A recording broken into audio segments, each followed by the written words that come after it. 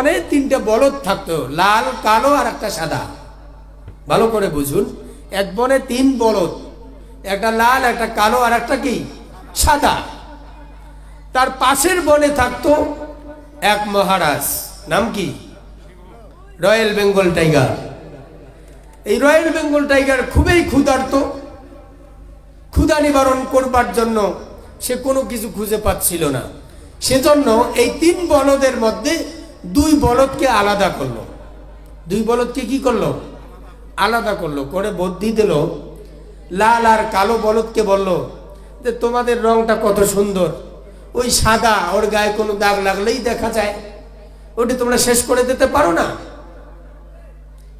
এই দুই বলদ বলছে, মহারাজ একসাথে খাই, একসাথে বেড়াই, একই পাঞ্জাবি গায়ে দেই, একই কোরআন পাঠ করি, হয়তোবা তারটা একটু ভিন্ন, আমাদেরটা একটু ভিন্ন।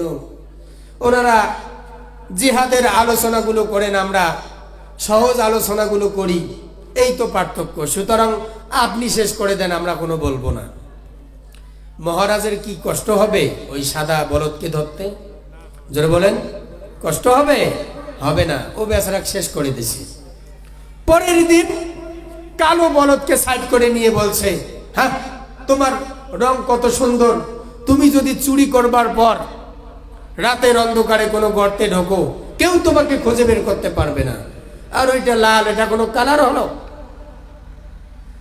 তখন এই কালো বলদ বলছে, মহারাজ একসাথে খাই, একসাথে ঘুমাই, একসাথে বেড়াই, একসাথে শিকার করি, আমি কেমনে কি কই, যা করার আপনি করেন, আমি কোনো কিছু বলবো না। পরের দিন ওই লাল বলদকেও শেষ করে দিছে। বাকি কে আছে? জোরে বলেন, কে বাকি? কালো বলদ। তারপরের দিন মহারাজ এসে কালো বলদকে বলছে, ওই এইদিকে আয়। তার মানে হলো আগের 2 দিন যে ভাষা ছিল, তার 2 দিন পরের ভাষার সঙ্গে কোনো মিল নাই।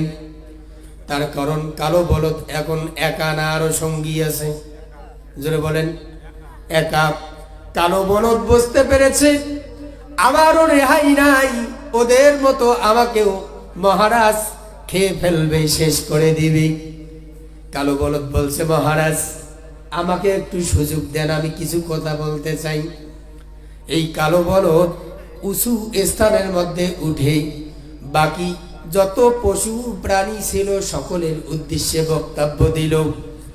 ও পশু পাখিরা শোনে নাও, তোমরা যে যেভাবেই আসো দলবদ্ধ ভাবে থাকিও, খবরদার আলাদা হয়েও না।